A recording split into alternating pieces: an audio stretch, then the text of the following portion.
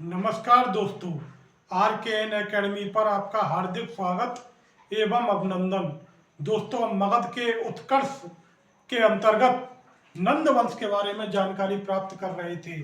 आज हम नंद वंश के अंतिम शासक घनानंद के बारे में जानकारी प्राप्त करेंगे। दोस्तों, घनानंद नंद वंश का अंतिम शासक था। घनानंद जो था नंद वंश का अंतिम शासक था। यूनानी लेखक इसे अग्रमीज या ऑग्रसेन व चेंद्रमीज या चेंद्रमीज कहते हैं। दोस्तों, घनानंद को यूनानी लेखक अग्रमीज या चेंद्रमीज कहते हैं।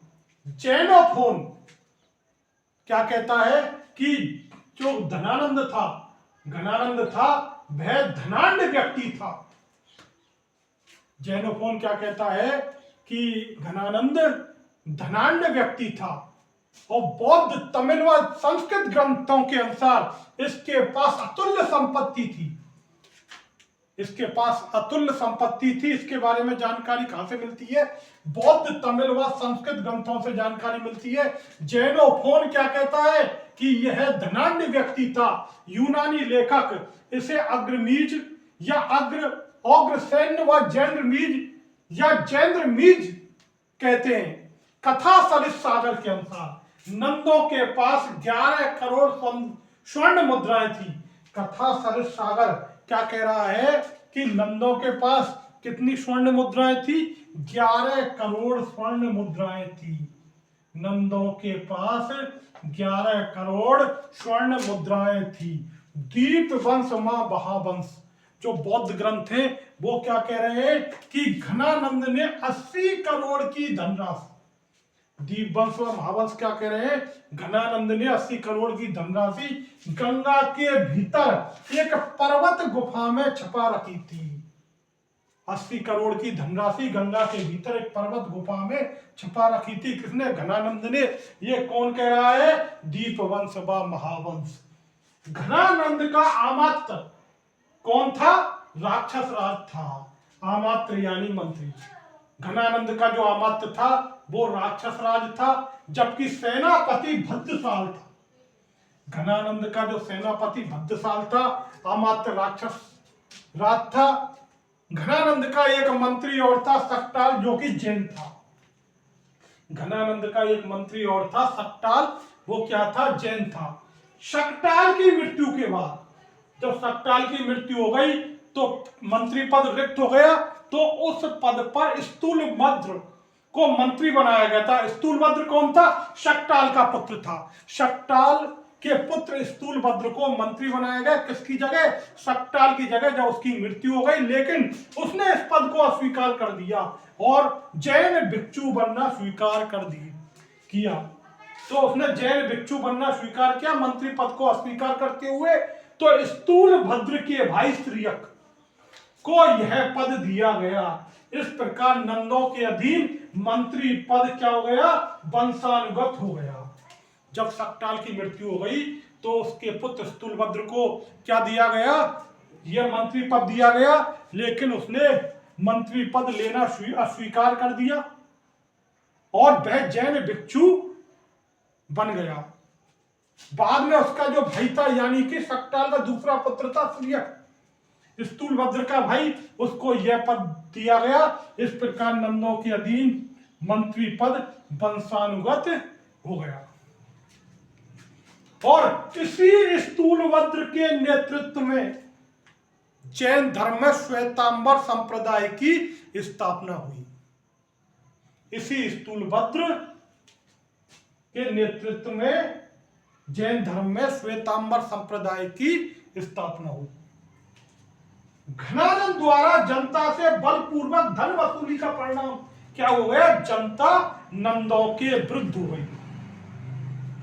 इसके अलावा एक तक्षशिला का चाणक्य नामक ब्राह्मण था। चाणक्य तक्षशिला का एक शिक्षक था, चाणक्य। उससे किसी बात पर मतभेद हो गया। किसका? घनानंद का। तो घनानंद और चाणक्य में मतभेद हो गया। चाणक्य घनानंद से नाराज हो गया और उसने चंद्रगुप्त मौर्य के जरिए घनानंद को युद्ध में परास्त किया और उसके साम्राज्य को समाप्त कर दिया और मगध की गद्दी पर किसको बैठाया? चंद्रगुप्त मौर्य को बैठाया। तो घनानंद का साम्राज्य किसने समाप्त किया? चंद्रगुप्त मौर्य ने। किसके जरिए? चाणक्य के जरिए समाप्त किया। तो मगध का अगला वंश कौन सा होगा? मौर्य वंश होगा।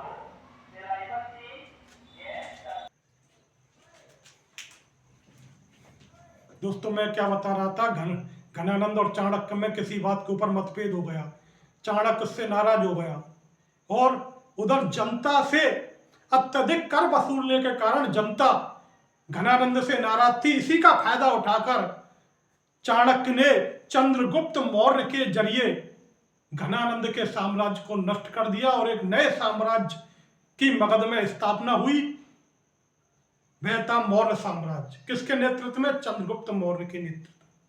दोस्तों सिकंदर जो आया था वह इसी घनानंद के समय आया था। यूनान से जो सिकंदर आया था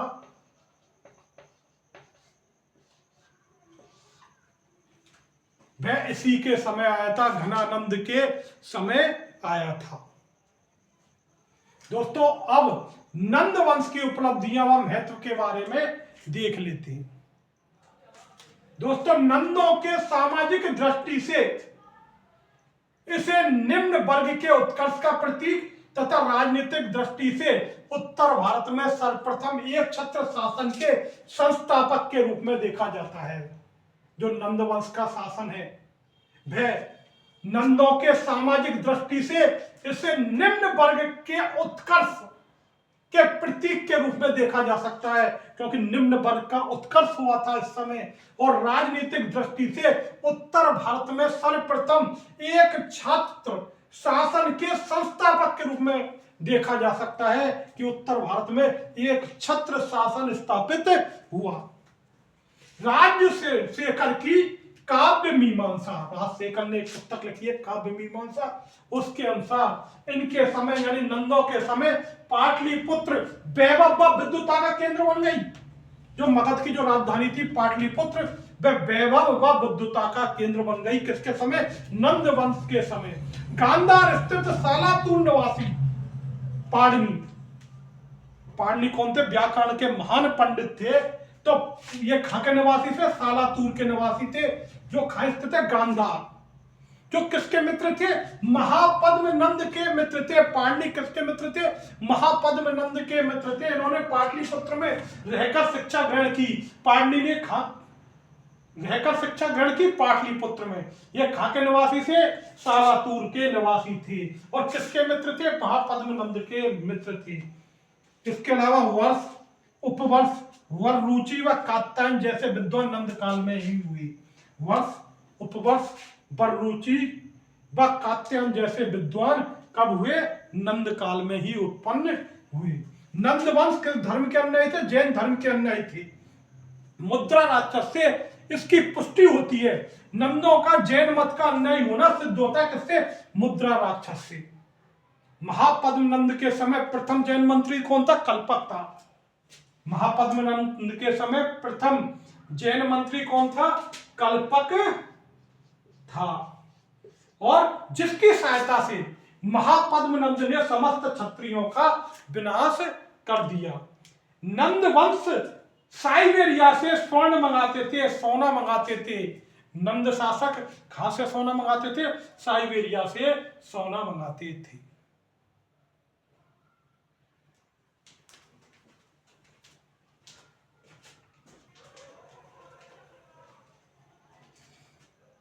दोस्तों कलिंग में सिंचाई व्यवस्था प्रारंभ करने का श्रेय किसको है? नंद वंश को जाता है। कलिंग में जो सिंचाई व्यवस्था प्रारंभ की थी उसका श्रेय नंद वंश को ही जाता है। नंद शासकों ने बांट माप का मानकीकरण किया। नंद शासकों ने जो बांट माप का मानकीकरण किया तथा माप तोल की नई प्रणाली चलाई। कौन सी थी? नंदोपक्र माणी मानानी। नंदोपक्र माणी मानानी, यह एक नई प्रणाली चलाई। किसकी? माप तोल की। किसने चलाई? नंद शासकों ने चलाई। जेनोफोन की साइरोपेडिया, जेनोफोन की साइरोपेडिया से क्या जानकारी मिलती है? भारत एक अत्यंत धनी शासक, भारत का जो एक अत्यंत धनी शासक कौन था? घनानंद। वह पश्चिमी एशियाई देशों के झगड़ों की मध्यस्थता करता था। तो जेनोफोन की साइरोपेडिया क्या कह रही है कि भारत का एक अत्यंत धनी शासक था घनानंद, वह पश्चिमी एशियाई देशों के झगड़ों की मध्यस्थता करता था। नंद वंश पहला वंश था जिसने बड़े पैमाने पर हाथ सिक्के जारी किए। बड़े पैमाने पर हाथ सिक्के किस वंश ने जारी किए? नंद वंश ने। यह कौन कह रहा है? हेनशुआंग कह रहा था। तो कलिंग में सिंचाई व्यवस्था प्रारंभ करने का श्रेय नंद वंश को प्राप्त है। नंद शासकों ने बाट माप का मानकीकरण किया तथा माप तोल की नई प्रणाली नंदोपक्र माड़ी मानानी चलाई। और इसकी पुष्टि किससे होती है? पाणिनि की अष्टाध्यायी से होती है। नंद शासकों ने बाट माप का मानकीकरण किया तथा माप तोल की नई प्रणाली चलाई।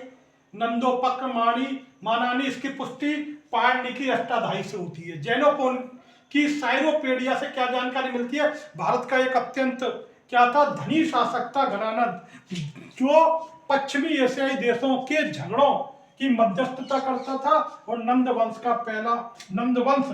पहला वंश था जिसने बड़े पैमाने पर हाथ सिक्के जारी किए। किसके अनुसार? हेनशुआंग के अनुसार। दोस्तों मैं बता रहा था कि यूनान से सिकंदर ने भारत पर पश्चिमोत्तर सीमा से आक्रमण किए थे। जो कब किए थे? 325 ईस्वी पूर्व। 325 ईस्वी पूर्व को सिकंदर ने किसके समय आक्रमण किए भारत पर? घनानंद के समय आक्रमण किए। कहां से? पश्चिमोत्तर सीमा से आक्रमण किए। दोस्तों आज हमने नंद वंश के बारे में जानकारी प्राप्त की। दोस्तों इस चैनल को सब्सक्राइब करें, लाइक करें तथा शेयर करें। नमस्कार दोस्तों।